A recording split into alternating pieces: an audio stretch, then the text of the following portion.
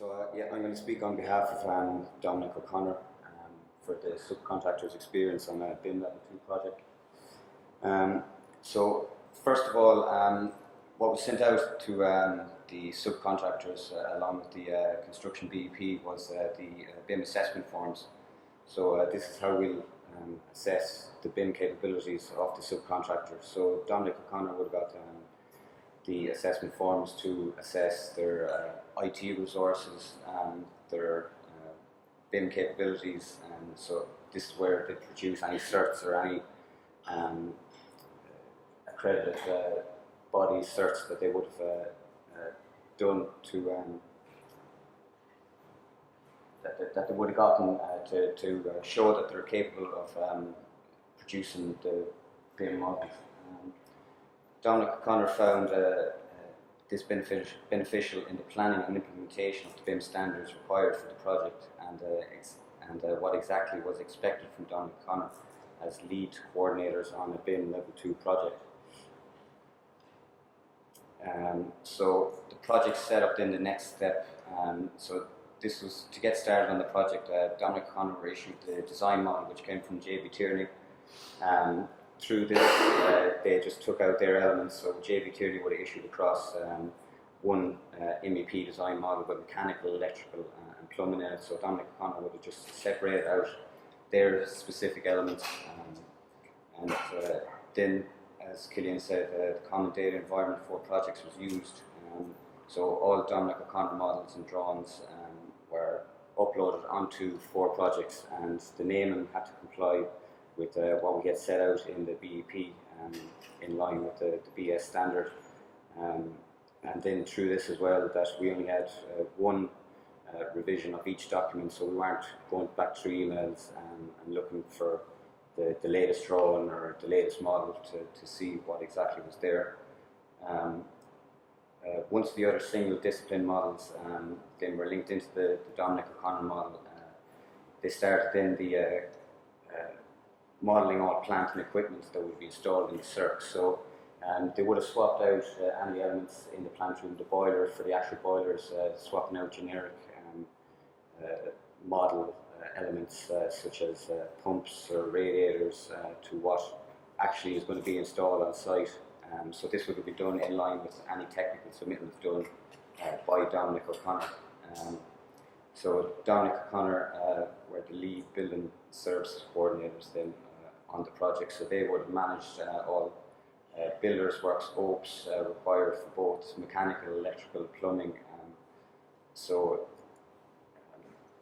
Then through onto the coordination process then.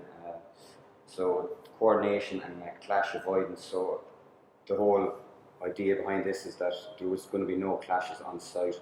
So we done a full clash check for any elements that were updated throughout the coordination process on the construction stage, and then any clashes that were raised before they got to site, they were brought up in the weekly coordination meetings, and through this then we had the members from the design team,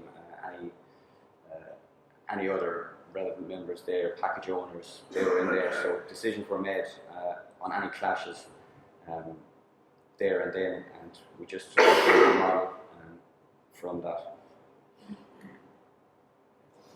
So as you can see there, we have a lot of surface going through the walls. So in the orange area, just on that, so this is where we modelled in a separate, say a space saving element, just to indicate where the builders' work scopes were going. So we're easily able to schedule the amount of builders' work scopes we needed to see where they were, see if there was any missing. So this information was then given to the guys,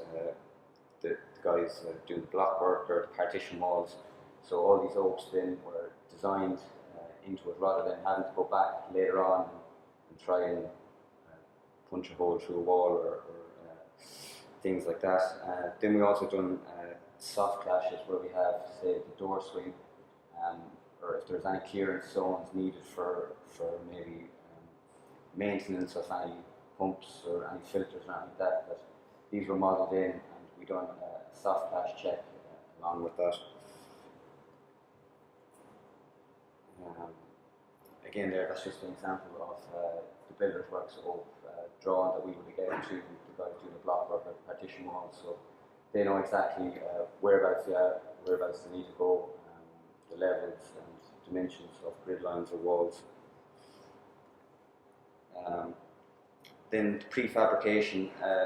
Dominic O'Connor used this for a number of things, especially in more difficult areas, say in the plant room or areas like that, where they could fabricate pipework and difficult areas off-site and then just bring them onto site. So because there was such an effort to put in all disciplines in the BIM process, Dominic O'Connor were able to manufacture a number of systems off-site in their mechanical services workshop. The real benefit of the BIM process for this project has been the ability to coordinate the sequencing of the mechanical installation, materials and resources for a more efficient construction process. Then the production of drawings and technical submittals. So all the drawings and schedules were outputted from the BIM model, and all the construction issued mechanical drawings were issued fully dimensioned and labelled for set out, reducing any site confusion. If there was any queries then as well, the guys on site, the foreman, they were able to come up, view the model. If there wasn't a dimension on a drawing, they could just pull it straight from the model, so there was no confusion or there was no issues then later on down on site.